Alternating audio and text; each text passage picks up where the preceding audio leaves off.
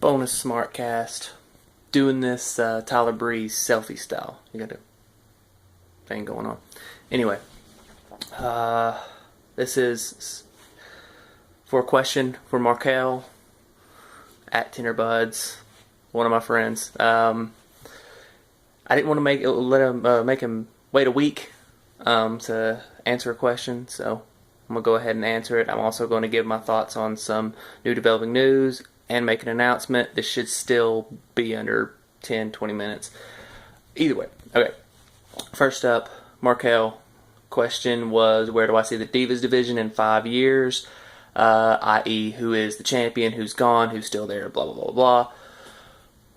That's a tough question because the shelf life of a diva is about 7 years. No one really lasts over 7 years. So come 5 years from now, we could have an all-new roster full of divas.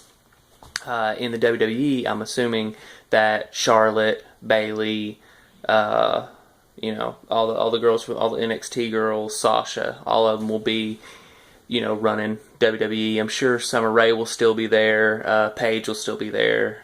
Possibly AJ. I don't know on that one. They'll be there, but Layla will surely be gone. Natalya will surely be gone. As for champions, Charlotte's going to be a Divas champion. She's one of the best divas out there. So is Sasha. So is Bayley. And Emma, hopefully. As for the quality, that one I can't really answer because right now the quality is so inconsistent. It's sometimes you get something good, sometimes you get something bad. Most of the time it's pretty bad. NXT is awesome. Hopefully they'll start letting Triple H run the Divas division because Triple H runs NXT, and NXT, the Divas division, is awesome. That's where it's at. That's where all the cool stuff happens. That's where you see Charlotte versus Natalya, which was a fantastic match. So hopefully that's what we'll have. We'll have Triple H running the Divas division, which would make it much, much better. Right now it is improving, seeing as how we have 4 different storylines. One of them is coming, I read the spoilers, one of them is kind of coming to a head on SmackDown, which is really weird the way they did it.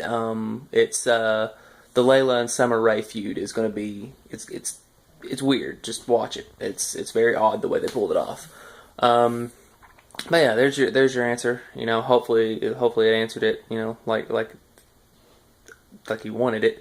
It's just a really hard question to answer because of the shelf life of a diva and everything like that. But either way, thanks for the question. And I did a Smarkcast for you. What more do you want, man? Okay, anyway. Okay, the news. Not my announcement, but the news that just came out. Sorry I'm moving so much. The news that just came out is that Ric Flair will be at Raw. He will be coming back, which is really cool. Now, the news here, where it turns to rumor, is what he's going to do. The thing is, the WWE wants him to be with The Miz. Ric Flair doesn't want to be with The Miz. Ric Flair wants to be with Dolph Ziggler. For me, I say put him in there with Dolph Ziggler. In no way, shape, or form does Dolph Ziggler need a manager. I don't believe that at all, because Dolph Ziggler's good on his own. However, putting him with Ric Flair would be awesome because they are essentially the same character. The ladies' man, the show-off, the man who can back up everything he does. That's what Dolph Ziggler does. That's what Ric Flair did. So I think those two would do well together. Essentially, Dolph Ziggler is a mini Flair. But sorry about that. That was some dude driving off. He has a very loud truck in my neighborhood. So I would love to see Dolph Ziggler with Ric Flair because it would just work for me.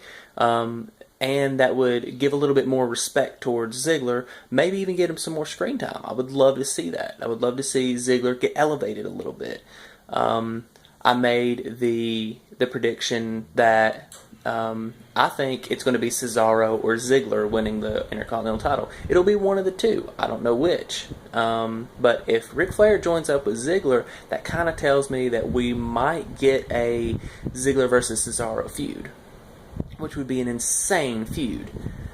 Anyway, okay, so that's news, and the announcement is It's about the Smarkcast. After a conversation with my boy Skits from Wrestling Heads, once again, if you're not watching Wrestling Heads, you need to watch Wrestling Heads. Listen to, not watch, listen to Wrestling Heads Radio. They've got a YouTube channel, great website, everything. Skits has talked me in to starting to cover Ring of Honor.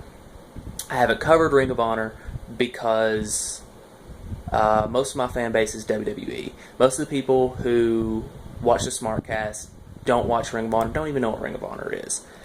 Kind of sad. But I think I've built my fan base enough to where I can start building more people through Ring of Honor. So come July 27th, Ring of Honor's holding an event, Future of Honor 2. I will be watching. The problem here is that this is not a pay-per-view, and for once I'm going to say a negative about Ring of Honor, and this is rare, very rare. Ring of Honor has a tendency to do their events and then not post them for 2 or 3 days after the event. So you can read the spoilers, but you don't see the event. So that is not saying that on July 27th I will do a review, because I don't know if I can or not. But on the Smarkcast before the show, I might do some thoughts on it, maybe some predictions. I don't know, but it may happen. But I will start covering Ring of Honor. Ring of Honor TV doesn't return for a while. I don't know the exact date. I think there are several special events before they return to TV. Death Before Dishonor. Good stuff. So, to Skits, thank you for giving me the confidence to do something I have no time for. I'm joking. Actually, thank you, Skits, for actually giving me the idea to do that, because we do need more people covering Ring of Honor. You're absolutely right. He said it a long time ago. We need more people covering Ring of Honor, and I'm going to do that.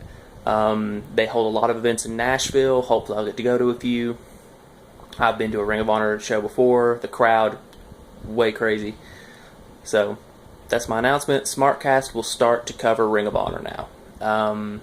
It's going to be a while before I start covering Ring of Honor, probably the end of this month, because there is no TV shows, there is no events. They only do live events, and there's no real point in covering a live event, although I would really love to cover the one on, I think, July 19th, I think it is. I don't know. But Kaz and Chris Daniels are facing the Young Bucks, which is awesome.